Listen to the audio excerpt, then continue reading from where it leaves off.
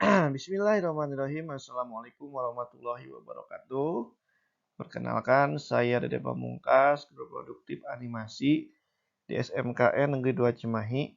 Kali ini saya akan membuat video pembelajaran pada mapel animasi 3 dimensi dengan materi teknik animasi IK Solver atau Inverse Kinematic. Materi ini ada di kelas 11 animasi.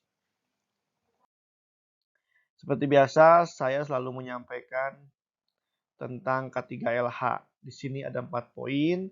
Yang pertama, pastikan tidak ada air atau makanan di meja komputer atau laptop. Yang kedua, posisi antara kursi dan meja harus seimbang.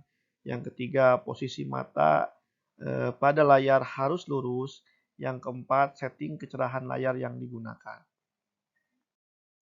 Adapun perlengkapan pembelajaran kita hari ini, yang pertama kita nanti akan menggunakan PC atau laptop, yang kedua ada Blender, yang ketiga bahan ajar, dan yang keempat ada LKPD. Untuk IPK atau indikator pencapaian kompetensi pada materi ini, yang pertama nanti saya akan coba menjelaskan tentang prosedur rigging inverse kinematik pada modeling 3 dimensi. Yang kedua, nanti saya coba akan bersama-sama kita menerapkan prosedur rigging IK atau inverse kinematic.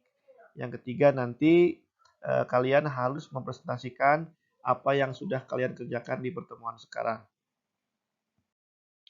Adapun tujuan pembelajaran kita hari ini yaitu melalui pembelajaran project based learning, peserta didik dapat menerapkan prosedur rigging IK atau inverse kinematic pada modeling 3 dimensi.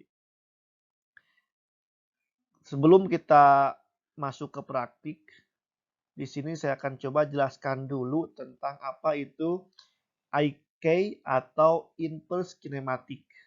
Jadi IK ini suatu sistem yang ada pada bone atau pada tulang. Jadi sebelum kita menganimasikan karakter tersebut, kita tentunya harus menyeting tulang itu agar memiliki kemampuan inverse kinematic. Pengertiannya di sini adalah gerakan yang dikaitkan pada tulang IK. Contohnya misalkan kaki agar menapak tanah dan interaksi dengan objek. Jadi simpelnya gini, IK ini adalah suatu induk tulang untuk menggerakkan tulang subtulangnya atau anak tulangnya. Disebutnya IK. Misalkan tangan misalkan. Tangan itu kan kalau kita perhatikan dia ada lengannya, ada telapaknya. Nah, kalau si bone ini udah kita setting inverse kinematic, maka untuk menggerakkan lengannya, kita cukup gerakan si tangannya aja.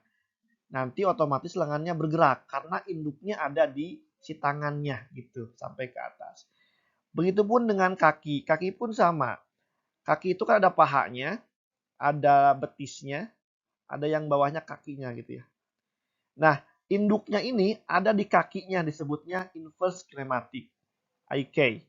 Ketika kakinya ini kita gerakin, maka betis sama pahanya akan ikut bergerak gitu. Jadi induknya itu ada di si kakinya, disebutnya inverse kinematic. Nanti untuk lebih jelasnya kita akan mempraktikkan itu.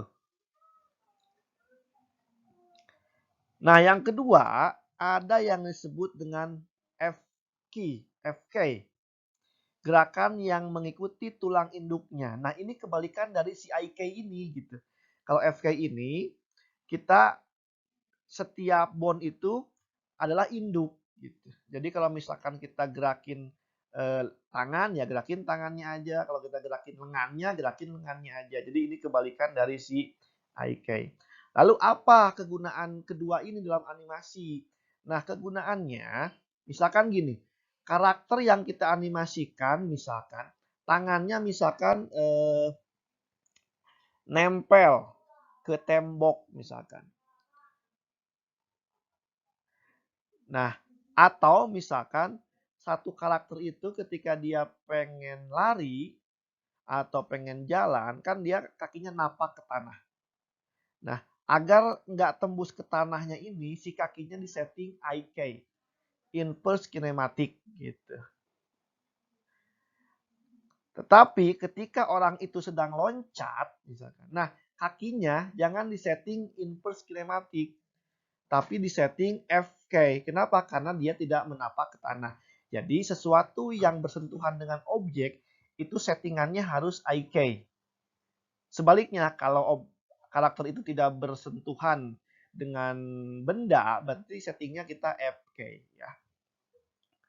Nah, di sini saya ada tutorial cara membuat IK dan FK untuk modeling 3 dimensi. Silahkan disimak baik-baik. Bila ada pertanyaan nanti boleh disampaikan.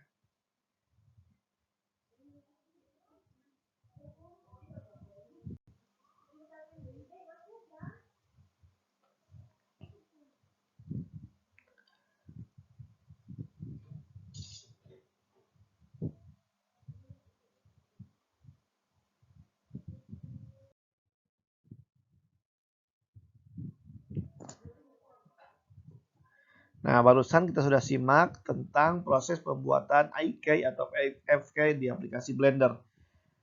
Nah, tahapan sekarang kita nanti akan coba menentukan project.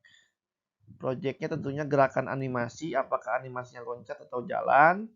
Yang kedua, kita nanti coba buat prosedurnya, langkah-langkahnya seperti apa. Dan yang terakhir nanti kalau misalkan sudah jadi, kita akan presentasikan. Nanti kita akan bersama-sama memberi masukan dan tanggapan terhadap project yang sudah dikerjakan. Dan yang terakhir nanti kita akan sama-sama mereview tentang apa yang kita pelajari hari ini. Itu saja mungkin yang bisa disampaikan pada materi ini. Mohon maaf bila ada kekurangan. Terima kasih. Assalamualaikum warahmatullahi wabarakatuh.